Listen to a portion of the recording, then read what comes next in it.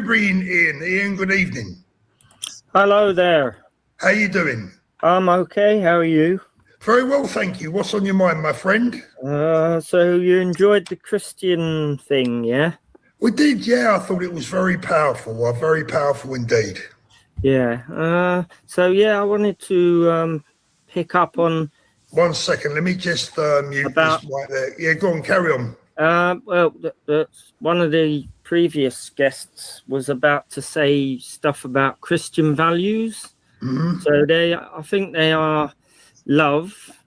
Yeah. So love everyone, Jesus said, didn't he? It's about compassion, help people when they're suffering, mercy. Don't be thirsty to punish people, and remember to forgive them. But forgiveness is one of the biggest tenets of Christianity. Also, humility. Don't have a big ego, and stand up for the weak. Justice. Also, honesty and truth, and service to others. Christian life ain't about what you get; it's about who I can help. Yeah, and it's about peace and non-violence. And so I kind of agree with that geezer who was talking about, does Tommy and all of them people really have these values? Do they live by these values? Because I think not. Just why do you think not? Why do you think not? Based on how they treat other demographics, particularly refugees and asylum seekers. Okay, and how's Tommy treated refugees and asylum seekers? By encouraging people to send them back. He demonizes them, and so do all of these protesters outside the hotels. They also have false beliefs about they're all coming from countries where it's okay to have sex when you're 8. Sorry. Can I just? You've had a very good say there. You've made your points very clearly. Yeah. Did you see the news last week about the 2 Afghan migrants that raped the 15-year-old girl in the park? Yes. Okay. Would she have been raped if they hadn't come in the country? Probably by those men. No, she wouldn't have been raped. So the other issue with this is, yes, absolutely, Jesus tells us to love our enemies. But how can you, as a state and as a society, love your enemies when your country's been degraded and destroyed by the left? I don't know what your political stance is, but by the left, by the Fabian Society, by people like Keir Starmer, and by the Tory governments who have systematically, since Margaret Thatcher, degraded everything about British industry. The coal mines were closed under Thatcher. You've got the Labour Party doing exactly the same thing with the green agenda. So the migrants are one part of the bigger problem. The problem is we're being governed by people that hate us. The people that run our country hate the British people. The Labour leadership hates the British. Well, I haven't finished saying what I'm saying. The Labour Party hate the British people. You can tell by the way they behave. They've done nothing to stop the migrants crisis. Can I just ask, do you own a house? Why do you want to know that? Well, it's just a question. I'll tell you, I own a house. Do you own a house? Well, I'm not going to say. Okay. Aspirationally, would you like to own a house? Well, I'm not going to say. Would you like to have a family? I don't see my. No, these things. I tell you why these things are relevant. Would you like to own a house? And I don't know how old you are. Would you like to own a house and have a family? Can I just to that question? I want you to respond to that question. Would you like to own a house and have a family? Well, I already do. There you go. That's good. Okay, you already do. Okay. Now, a lot of younger people, I don't know how old you are, a lot of younger people cannot afford to get on the property ladder. Yes. And the reason they can't afford to get on the property ladder, there's a lot of reasons, but one of the reasons is that rents and property prices are going through the roof because of the migrant crisis. Now, these people coming across, sorry, let me finish. These people coming across on dinghies are not refugees. A very small number of them might be. But, how do you know? Well, that's the point, isn't it, my friend? We don't know. No, hold on a minute. Let me finish. They're throwing their they're throwing their passports over. But no, I'm making a very pertinent point, because that's what they do. They throw their passports over. They throw their passports. Show me some evidence. Yes, we have. Oh, listen. Listen, there's absolutely documented evidence. Right, boys, please stop. Right, listen, I've got to referee this. Richard's putting a great point over. Ian has been brave enough to call in, so I want one at a time, please. I would really appreciate that because I can't listen to two of you shouting at each other. Ian, do you want to respond to what Richard has said so far? Because for me, he's made. Yeah. Okay, so he's that's why I want to come in, because I want you to explain. Yeah. Because I think Richard is making some superb points that are absolutely correct. Right. But to be fair to you, I want you to answer them one at a time. So far away. Okay. So going back to the migrant thing. So he brought up someone getting raped by a couple of them. Yes, that's true. And some of them have committed crimes. But this is an example of demonization where all you do is pick out the bad stories with regards to asylum. Where's the good ones, Ian? Where's the good ones? Well, exactly. People don't want to paint positive stories about these people. They want to demonize them. Secondly, well, it's your chance to give us a positive one. Give me a positive one. Right, then he went, well, there's loads. I could give you one I read the other day where asylum seekers saved a woman on a beach who was sinking in the sand and the tide was coming in. She couldn't get out and they went over and saved her life. Anyway, that's just one, right? It's an old tactic, by the far right, that to demonize people and scapegoat them and make them the cause of all of our problems. Even him up there with the glasses, I've forgotten his name. Richard. Yeah, well, I haven't forgotten your name. So if you're going to be polite, you wouldn't be forgetting his name, would you? No, let me finish. Yeah, and so he went on to say about the housing crisis. Yeah, it's caused by the migrants. He actually made the connection, and then he said they're not refugees. First of all, the majority of asylum seekers who land on these shores are granted asylum because that doesn't mean they're refugees. That means they're gaming the system. They're gaming the system. I can respond to questions that you're saying. I can respond to questions that you're saying. Let me get to the end and do what I did. Make a note of all these things, and I'll address them one by one. And so the majority, of people landing on these shores in dinghies are granted asylum. That means they have refugee status. That's the majority, not all of them. And so the rest of them are sent back or sent wherever, which is made more difficult, by the way, by Brexit because of the Northern Ireland, the Dublin agreements. Because of the Dublin agreements, we don't have the ability now to send them back to their first place of landing. Hang on, I'll get to the end. You're doing exactly. I want to respond to that point. I want to respond to that point. Hang on, I'll get to the end about the housing. The housing crisis is not caused by migrants. We all know, when you actually think about it, there's enough money in this country to build lots of houses for everyone, but the governments don't, and the private landlords own all the houses, and so they charge extortionate rents, and that's why it's hard to get on the property ladder, not because of the migrants. There's enough money to feed, clothe, and house everyone in this country if we so chose to. Richard? Yeah, well, let's get back to there's two issues there. First of all, you mentioned the Northern Ireland Protocol. It wasn't a Dublin Agreement, it was the Northern Ireland Protocol, okay? The Northern Ireland Protocol was not part of Brexit. It was because the British government panicked because Leo Varadkar, the Irish PM, was making threats that the IRA would be resurgent and would start bombing London, Belfast, and other towns and cities in the United Kingdom.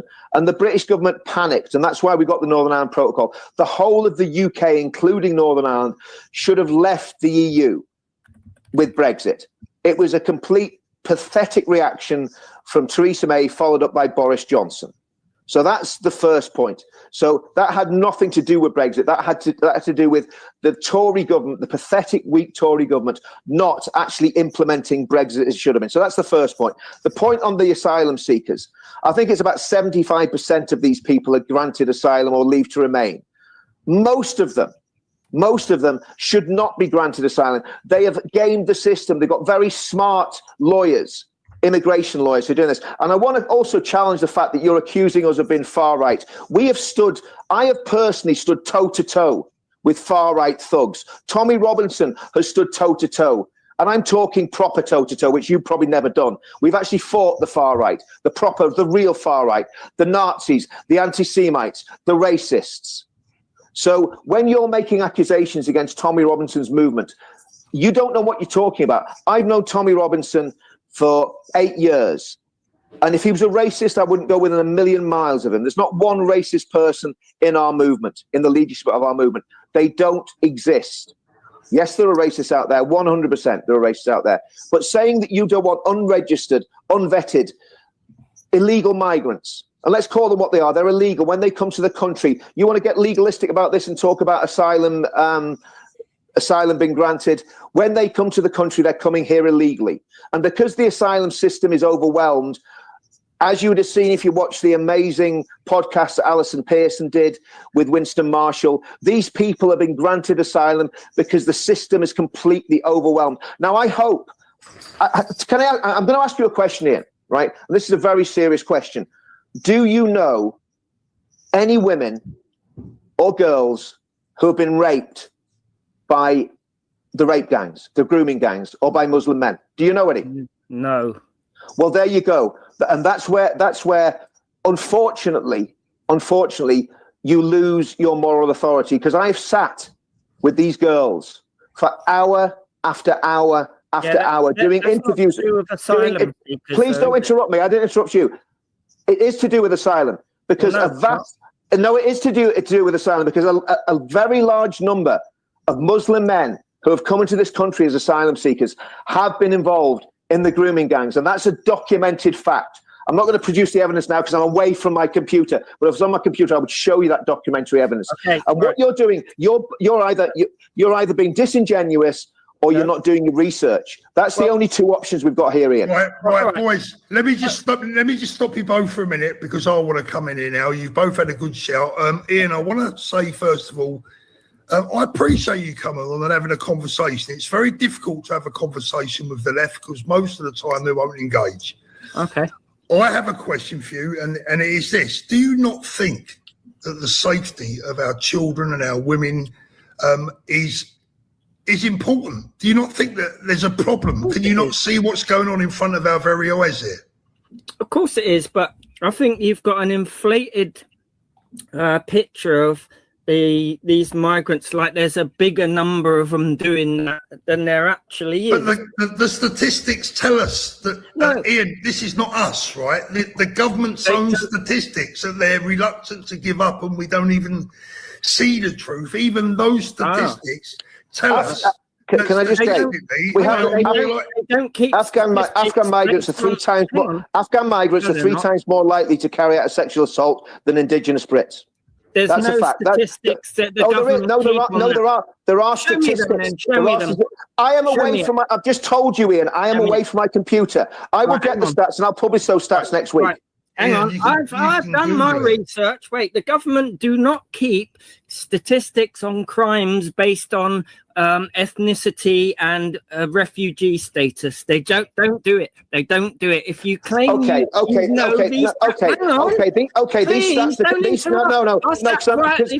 I'm answering it. These stats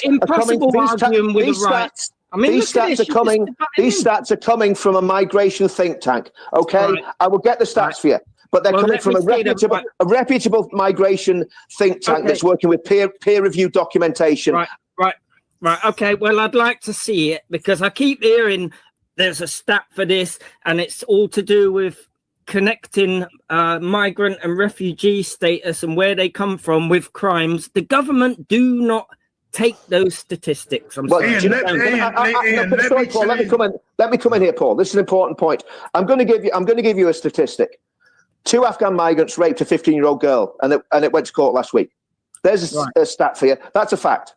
Okay. That little girl would not have been raped if your friends in the rubber dinghies hadn't come across the channel. Yeah, but what you're doing is using an example of a terrible crime that couple of these people have committed to kind of generalize to the rest of them and want to send them all home. That's equivalent to saying we should ban cars because people get run over in them. Like, well, we know you have Ian, the government banned guns because one person ran around and did a stupid thing. Well, that's what he's doing, and so I can see we should be Christians and accept people because we love them as other human beings under God and give them a helping hand. That's why they come here, because they know we're great like that. Ian, which God is that? Well, the Christian God. I don't. What about the other? Oh, you don't believe in God. Well, no. Yeah, okay. You don't believe. That's fair enough. I hold all the values that are considered Christian, and let me just get on to the point of me accusing you of being far right. Would you agree with this? Yeah. So, so somebody who promises, yeah. Like Tommy, imagine he was a politician. Would you agree with this? Tommy's not a politician. Yeah, I know, but is this his position? That imagine he could promise national restoration in the face of humiliation by the immigrants, the leftists, the liberals, the minorities, the homosexuals, the women, in the face of what the leader says is a takeover of the country's media. I'm going to stop. I'm going to interrupt you there because let me, Paul, just mute him for a minute because I want to respond to him. No, because you're talking rubbish. Okay, let me tell you something, right? Tommy Robinson is not a homophobe. Tommy Robinson is not a racist. Okay, Tommy Robinson does not discriminate against people because they're women. Tommy Robinson is none of the things that you're claiming he is. Tommy Robinson has examined the doctrines of Islam and has a very real issue with the doctrines of Islam if they are practiced under Sharia law, or if they're practiced to the extent that young girls are getting groomed and raped by gangs that are 90% Muslim. That's what Tommy Robinson's about. He is not going after people because of their skin color. Okay? Ian, you can come back now, mate. Right, okay. So just to finish the sentence, and so... You're not listening, are you? You're not listening. I'll get to that. Richard, I've interrupted me halfway, then expect me to answer you fully. Like, you know what I'm saying? So, like, if a leader's saying, yeah, this country is under attack, the media, the cultural institutions and schools, by all those forces, the leftists, the liberals, the immigrants, all of that, do you kind of go along with that? No, this because country was once great. I've just told you that Tommy Robinson is not against multiculturalism. He said that very, very clearly. Tommy Robinson is on record as saying multiculturalism hasn't failed. What the failure is the importation of millions of people from a religion and a demographic and a culture that is 100% diametrically opposed to British values and culture. Now we could get onto the evils of the left, and we could look at communism and look at the graves that communists have filled in the last 150 years. And we could do that all night, because as much as I hate fascists and Nazis, and I hate them, as much as I hate fascists and Nazis, I'll rephrase that. As much as I hate fascism and Nazism, I also hate communism and socialism, because they are different cheeks of the same arse. And the reality is, pardon? Are they coming for your children, these forces? No, but actually that's what the Muslim grooming gangs have done. Do you know how Anne Cryer is a Labour MP or a retired Labour MP? Do you know how many girls she estimated were raped and abused by the grooming gangs? She was a Labour MP in Bradford. Do you know how many young girls, underage girls, she believed the grooming gangs have raped? Do you know? I don't know what she believed. Well, here's another stat that you don't know. 1 million girls. That's what Anne Cryer said. Well, she might say that, but there's no evidence for 1 million, is there? Well, actually, if you did the research that we done, you'd find there is a lot of evidence that circumstantial evidence that there could be. Okay, there was 1,200. There was 1,200. Sorry, no, hold on. There was 1,200 girls raped. No, I'm not. There was 1,200 girls raped in Telford.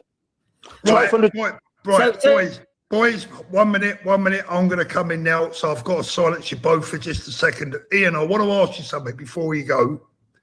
Are you there? Sorry, Yeah. Ian. Yeah. Are you there? Okay, I want to ask you something, right? I'm happy to sit here as a referee and watch you guys hammer it all out, but I'm going to come in when I want to come in, and I'm going to ask you a question.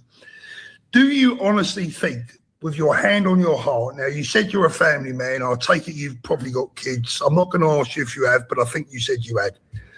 I'm going to ask you a question now, and I want you to answer this from the bottom of your heart, right? The people that you are protecting tonight and that you are standing up for, when the time comes, do you think they're going to show you, your family and your daughters the same compassion that you are showing them? Well, I haven't met a single Muslim who believes that it's okay to do things with little girls or other. No, well, do you know what, Ian? Do you know what, Ian? I've never met a Muslim Neither who have has shown love and compassion. Hang on, second. I've met them. I ain't met a single Muslim in this Speaker's world Corner. who ain't just a nice person and goes by our laws and Ian, I want to say to you this, right, is that, yes, I haven't met any Muslims. I haven't met anyone. I've never met a white guy that's come up to me and said, oh, I'm a nonce. Well, exactly. Right, but what you've only got to look at the evidence. You keep asking for evidence. The evidence. Only a small Ian, amount of evidence. Hold on. You're not. It's not a smaller. Ian, you're not answering my question. Right. Do you think that these people will show you? Do you think radical Islam will show you and your family and your daughters the same compassion that you're displaying on here tonight? You're conflating moderate Muslims. Okay. And no, don't butt in again. You're conflating. I'll butt in when I want to, fella. Right, you're conflating the two, right? Normal, everyday Muslims who you encounter every day and radical Islam. There's radical Christianity. Yes, I agree. Here's the problem. Right, let me in here. Hang on. Any extremism is bad, yeah? And so I just wanted to mention the thing about Tommy when he goes up to these places about the grooming gangs. If he really had children's interests at heart, he wouldn't only say, look, it's only the Pakistanis. He would bring up everything, all the people. You know why? Right, okay. Paul, I'm going to come in here because I have to come in here, okay? Let me come in. Deal with those. Paul, let me come in here. Paul, please let me come in here, right? Because I've got something to say. It's very important. This guy's not letting anyone talk. He's not listening. Are you listening? No, okay. Richard, you're both as bad as one another. Well, no, actually, because I'm telling the truth and he's lying. Now, here's the thing. Right? When you talk, let this guy talk. He's been sitting there very, very quietly and he hasn't got one. Your shows, bro. All right, Craig, Craig, by the way, the reason you haven't been able to speak is your mic has been muted your end, my friend. Oh, is it? Yeah, but now I can hear you. All right. Thank you. Right. Oh, bollocks. Hold on. Right. Richard, I love your show, brother. I've not watched half of them. The guy to the next to me is Henry. I've been on shows with him before. Paul, you're a brilliant guy. Don't need to listen to this flaming plankers come on. All right? Exactly. He likes to hear his own bloody voice. He's an absolute idiot. Everyone's had enough of him. If you've seen the chat, people are telling you to get him off. Because he's absolutely blank. And he's lying. Everyone hates him. Everyone actually hates him. Well, I would just like to say my position is the mainstream position. Henry, you're a lefty troll. Yeah, he's a lefty troll. Let me just. But I do want to answer some of his points because it's valid that we answer his points. He talked about moderate Islam. Okay, well, I would like. I've done extensive research into Islam in the UK. 45% of the mosques in the UK are run by Deobandi clerics. Now, if you don't know what Deobandi clerics are, Ian, sorry, what's this guy's name? Henry, is it? This little guy in the corner? Henry. If you don't know what Henry, it's called Henry. If you don't know what Deobandi clerics are, go and look it up. 7% or 8% are run by Salafis and another 2% by other extremist clerics. So over 50% are run by extremist clerics. That sounds terrible. 75% of the Muslims in the UK are Barelvi. Now, Barelvi Islam was thought at one point to be a very, very moderate form of Islam. Okay? What we're finding now is that they have a fanatical love for Muhammad. Let me tell you something about Muhammad. Muhammad married Aisha. Now, this isn't me making this up. This isn't right-wing trolling. This is a fact in the hadiths, the authoritative hadiths, in other words, the Sahih Bukhari, Sahih Islam, the authoritative hadiths claim that Muhammad married Aisha when she was 6 years old, and he consummated the marriage, in other words, raped her when she was 9 years old. You got a Speaker's Corner, not one Muslim apologist will deny that. They just try to justify it by saying, oh, she was a very well-developed 9-year-old who had reached puberty. Then you wonder why. 80% of the men that are involved in the grooming gangs in the UK are Pakistani Muslims, also a few Bangladeshis and Somalis thrown in there. That's why. Now, I'm not going to be lectured by someone who doesn't know the facts of the case and is just coming on with his hope not hate leaflet in front of him and spewing all the nonsense, who's never spoken to any of the victims of sexual abuse and rape, and slandering Tommy, who sat with these women for hours like I did and interviewed them and talked to them and sat and wept with them when we heard of the abhorrent things that they saw. Let me just tell you about one of those women that I spoke to, Henry. She was trying to escape the grooming gang. She was about 14 years old. She was kidnapped. She was kidnapped by the grooming gang. They took her to a cafe in Telford. They took her in the back of the cafe, opened a chest freezer. In the chest freezer was the body of a little white girl. Okay? She panicked and didn't leave the grooming gang because she was terrified that was going to happen to her. So don't come and lecture me that you've met loads of nice Muslims. I get my hair cut by a nice Muslim once a month. He's a perfectly nice gentleman. I'm not for 1 minute suggesting that he's a rapist or a groomer, but the reality is the predominance of it in those communities is a threat to national security. It's a threat to our stability. It's a threat to community cohesion. And you, my friend, are facilitating it. I'm not going to interact with this guy anymore. In fact, I'm about out of here, but it's just beyond belief that people are still believing this nonsense, especially when even the British government are admitting that the vast majority of grooming gangs are Pakistani Muslims.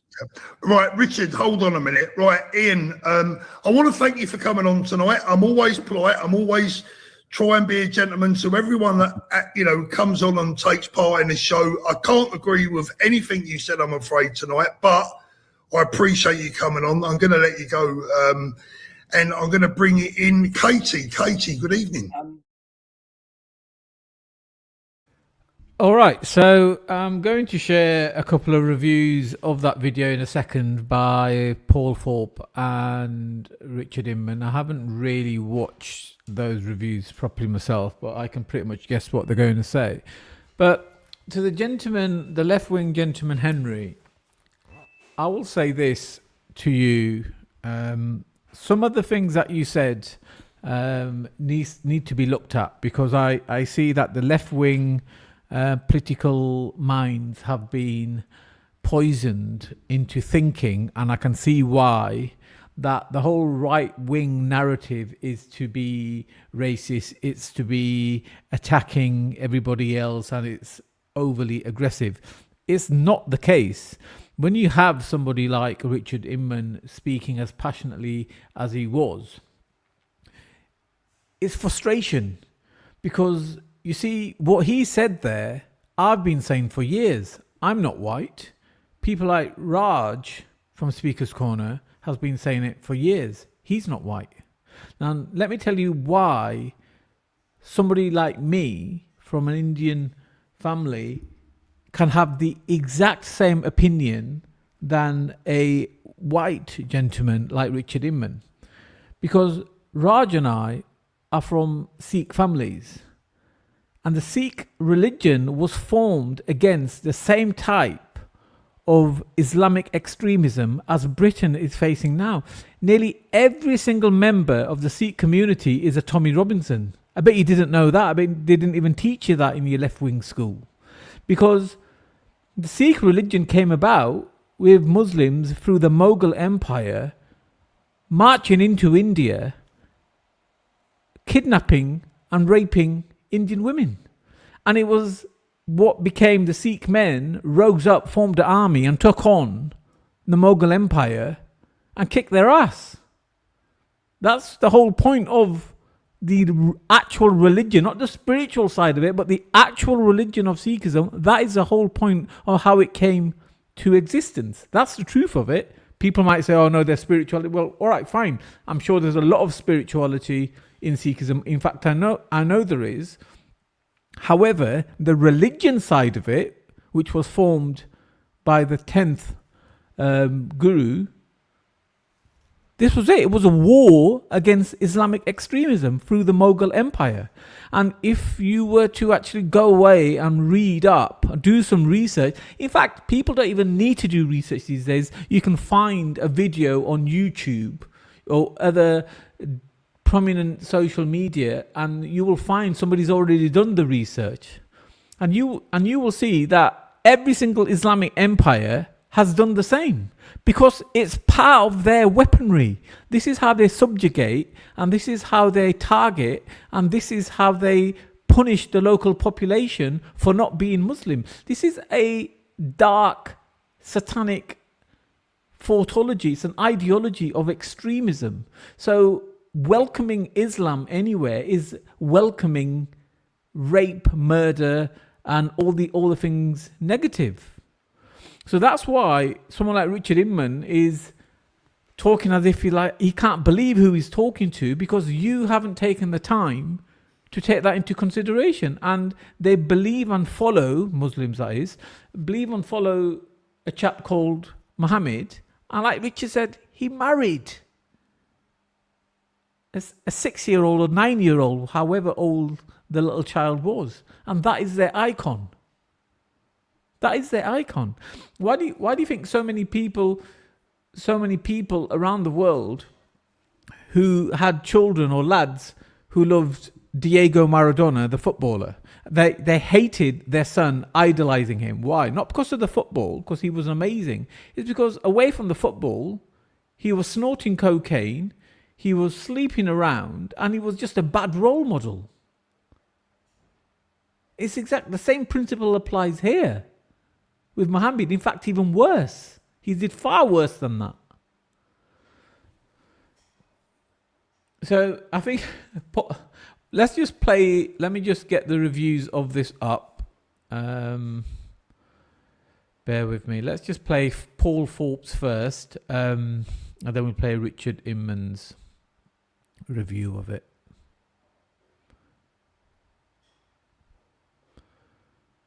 Bear with me.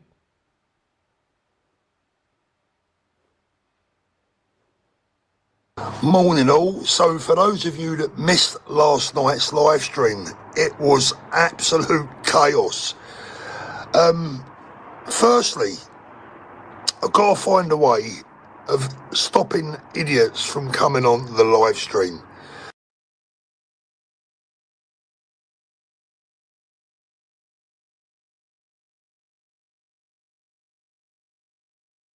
You can't stop them, Paul Thorpe. That's the thing. I've done these type of live streams before where I had all the idiots from all corners of the country, and even from America and even as far as Asia, coming onto the platform and spewing absolute garbage. In fact, if you want a booming show, you need these idiots to come on. The thing is, you don't want any abuse or other idiocracies taking place.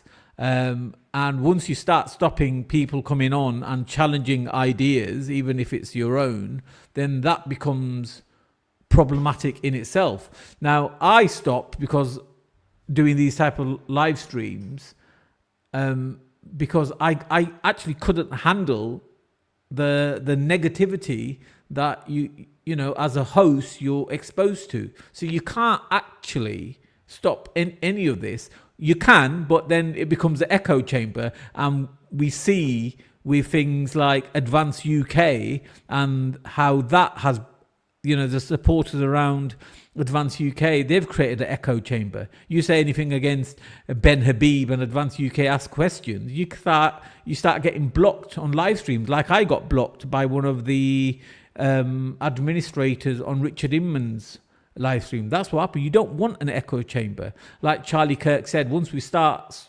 stop dialogue, then the issues start. We don't want the issues. We want this to be a peaceful, intelligent change of minds, because only when we renew ourselves, to use a biblical idea, it's only when we renew ourselves that we can then renew the entire community or the entire country. It just spoils it for everyone. We had people using AI last night and all sorts of nonsense, but there were one or two people that came onto the stream last night that really got the whole thing quite heated. Now, one of those guys is coming up right now.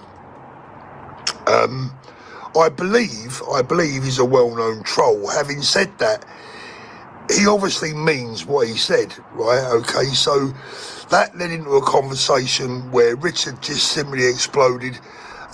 Look, guys, you know, we want to make sure that our live streams are clean, decent, sensible. I'm going to be reading the comments after the next video, so if you want to have your say, you can either jump onto the panel or you can leave a comment, and if it's decent, I'll read it out. And entertaining, right? But watching this back this morning, I've got to do a replay on it because Richard just absolutely ripped this bloke a new one. It's coming. Yeah, I agree. I think Richard did very well. Richard was speaking factually, and even when Paul Thorpe tried to intervene and kind of take control of the debate, Richard actually did very well and reminded Paul that no, it's not the same. I'm not worse than him because I'm speaking factually, where the other guy was trying to bring in external points which weren't even relevant a lot of the time. It's coming up now. Let me bring in Ian. Ian, good evening. Okay, so we already watched the video. Maybe we'll play it again if there's a demand for it. So yeah, that's the situation with that. I'm going to now play Richard Inman's own review of it. I've not listened to this, so I'm watching it with you. A rather heavy curry, especially when people are a bit calmer than I was last night when I went on Paul Thorpes live stream. But I think the less said about that, the better. It's probably not a good idea going on a live stream where you've had 3 beers and a rather heavy curry, especially when people are on there to troll and wind people up. But that's another story. I'm not here to talk about that. But what I am here to talk about is the carol service yesterday, and anybody that was there would have just been absolutely blown away by the atmosphere. And obviously, all right, so I thought it was going to be a review of last night's stream, so clearly not. I just need to take a loo break, so I'm going to play the video anyway, and then we'll come back to it, because I think the carol service is what Tommy organised yesterday is just as important. So I'll just play this while I dash to the loo, and then I'll be back to read the comments. Obviously, there was a lot of work went into it. And I'm gonna do something that I don't do unless they deserve credit, because I'm not an uncritical friend of the police, but I think the police liaison team and the police that were at the event yesterday behaved extremely respectfully, extremely polite. There were a couple of police horses went down Whitehall earlier in the day, but there was no aggression. They weren't, sort of charging at people or anything like that. So I think the police did the job very, very well. And as far as I know, I mean, you wouldn't like to think there was anybody arrested at a carol service. That would mean you were in a police state. But I think the coppers on the ground behaved very, very well. And so I'll give credit for that. Again, to Ricky Doolan for doing what he did and putting everything together. He did a fantastic job at getting the band together, the speakers list, all the speakers were fantastic. Everybody, we were very clear that we did not want anyone speaking about, by the way, guys, I can't see your comments here because I'm doing this on my iPad and I don't know how to see them, so I'm not being ignorant. Let me just see if I can find a way of getting the comments here. Because normally, as you know, you probably don't know, but when I do my live streams, I do them on on the desktop so I can see the comments. For some reason I can't see the comments on the iPad, so I apologize for that. But where was that? Yeah, so well done to Ricky for putting that on. Again, just everybody, put their hands to the deck to get the thing to get Okay, the thing so going, I'm just to get it done. Just going to pause this, see if he comes back to the show from yesterday. But yeah, so there we go. But they were talking about Tommy's testimony, and I think the Nicene Creed, the Athanasian Creed, I'm going to say Christ died, Christ rose from the dead. Exactly. That's what Tommy said there yesterday. That is the gospel. Yeah, absolutely. Maybe I'll play, if there's demand for it, I'll play Tommy's live stream as well. But let me go through some of these comments that have been coming in. Is Raj still banned? Yes. If you're not helping anybody and you're just talking non-stop, then you're part of the problem. It's a friendly ban. If he changes his ways, he can come on. I haven't fallen out with Raj, but I just feel as if I need to start doing things on a more positive way and start bringing solutions to people rather than just outlining problems. So that's why Raj and Banksy are friendly banned. Tommy Robinson is an anti-Muslim scumbag. LOL. What you guys on? Well, I'm on water and I've had a coffee because it's my coffee day. I don't even have coffee anymore. So if you're insinuating we're on any narcotics, I'm definitely not. I can assure you, I'm as sober as you can be. He's an anti-Muslim scumbag. Well, anybody that stands against paedophilia, rape, grooming gangs, war, targeting of British people, I suppose you would have to call them anti-Muslim, wouldn't you? Because that's what Islam is trying to do and is doing from what the evidence shows. I mean, I can discuss that if you want to come on, Derek, and I can lay down the facts for you. Paul Booth mid, keep calm. What would Christ say? People do rush to say Islam when things happens before facts. What you get there are good Muslim, good Christian. Doesn't flow very well, that question. Not sure what you're saying. Derek, what is Derek saying now? If you are practicing in the Sharia law, SMH. I don't know these abbreviations. I'm a little bit old school. I speak full sentences. I mean, the only thing I really know is LOL. That's all I understand. All right. So what's Derek say? The left owns you in debate, and it's not particularly close. That chap got smashed by Richard Inman. To be honest, if you've met Richard Inman, and I have a few times, when you're in his presence, you realise that he's a very focused chap, and when you speak to him, he's a no-nonsense guy. He's very straightforward, and he's a very nice chap. I don't always use gentleman for anyone, but Richard Inman is definitely a gentleman. But Islam will not change like Christ. Followers and fellowship in mosques don't work like Christian fellowship. All they do at most is pray there, disconnected from people. Yes, exactly. Yeah, and it's never going to change. Though it will have to. And there's the great bass Welshman himself, the famous bass Welshman. This is Henry Kindle. He's a huge troll. Oh, is he a troll, is he? Bottom right, sunglasses. All right. Okay, well, if bass Welshman says he's a troll, he has to be a troll. 1 million, if your kings and prime minister involved like Epstein and Trump, then massive number is plausible, but still extremely. Nobody is talking about radical Islam. Yeah, but it's all radical, though. That's the thing. From what I can see, all of Islam is radical. It's a case of, if you're a Muslim, are you activated or unactivated? That's the difference. That's what seems to be the key. Has an individual been activated or not activated? It's like a community of sleeper cells. If you actually study how ISIS recruited Western-born Muslims to go fight in the Middle East, you really get to understand what the real true picture is. And I suggest everybody do that. There's a few documentaries, very intriguing interviews with ex-ISIS fighters. Yes, of course, we know there's evidence and a strong possibility that ISIS was created, funded, financed and weaponized by the Western governments controlled by the globalists.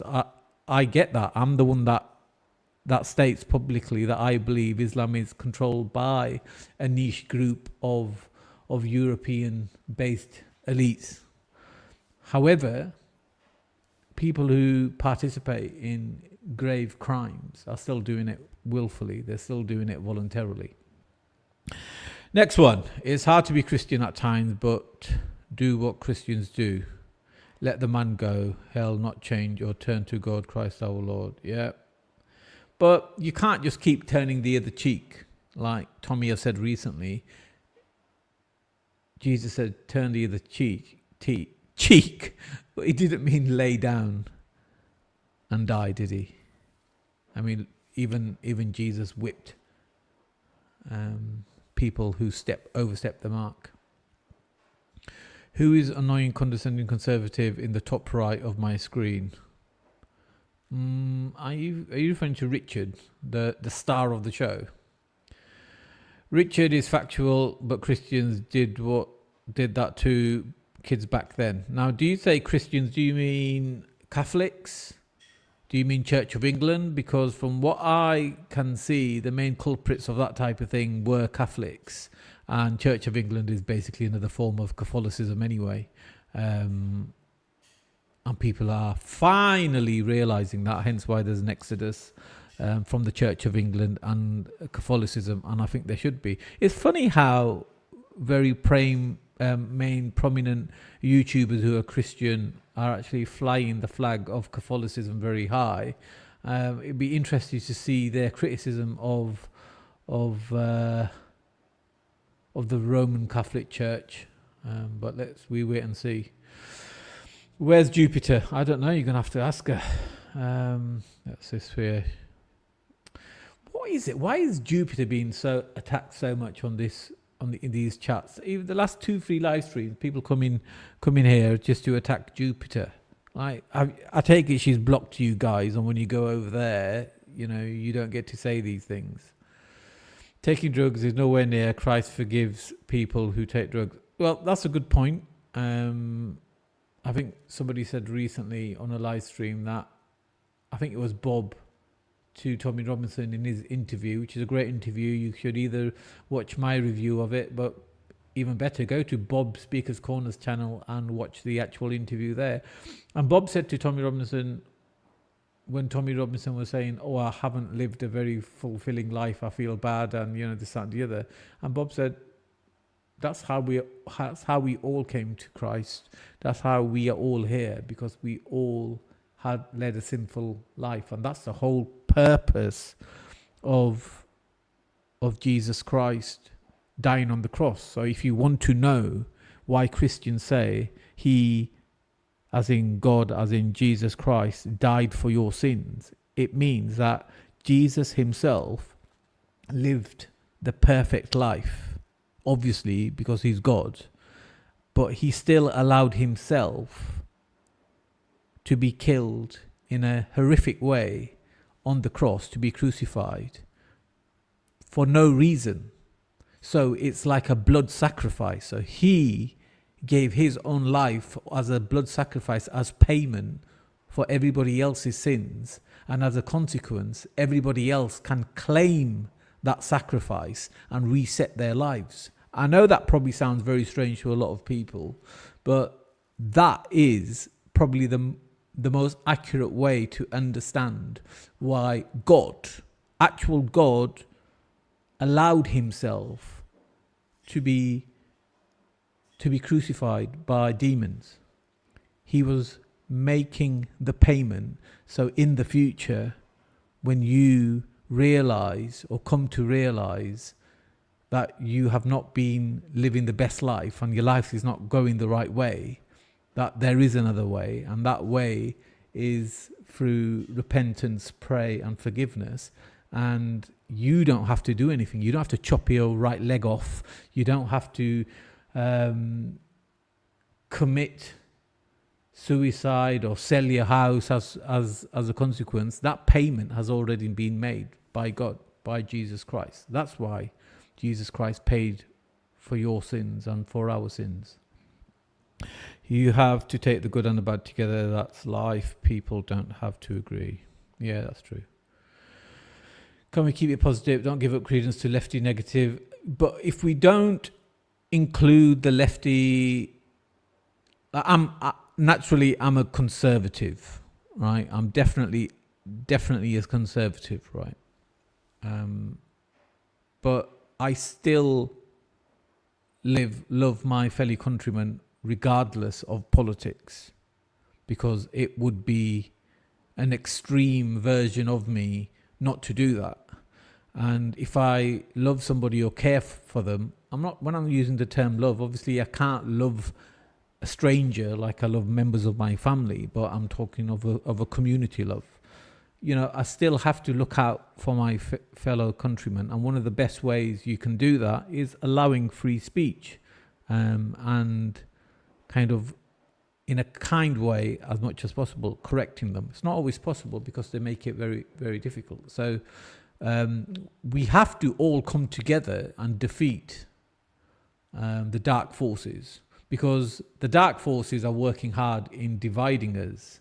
And just imagine that you're a person that you are so brainwashed that you are advocating for a foreign ideology, foreign from your own nation, from your own land, a foreign ideology to be able to come here, bring the people that adore the ideology, allowing them to target and rape children. Imagine how brainwashed, stupid you must be. We're all ignorant to some degree or another. I mean, I'm ignorant on many parts of many things, but I'm just saying that we have to be aware of that. All right, quickly going to finish off here. I meant in the first century, but okay. Oh, you're probably correcting me on previously. Okay, that was the review, guys. Thanks for watching. I think I'm going to leave it there. Maybe I'll come back in a few hours and see what else comes up. All right, I'll see you later.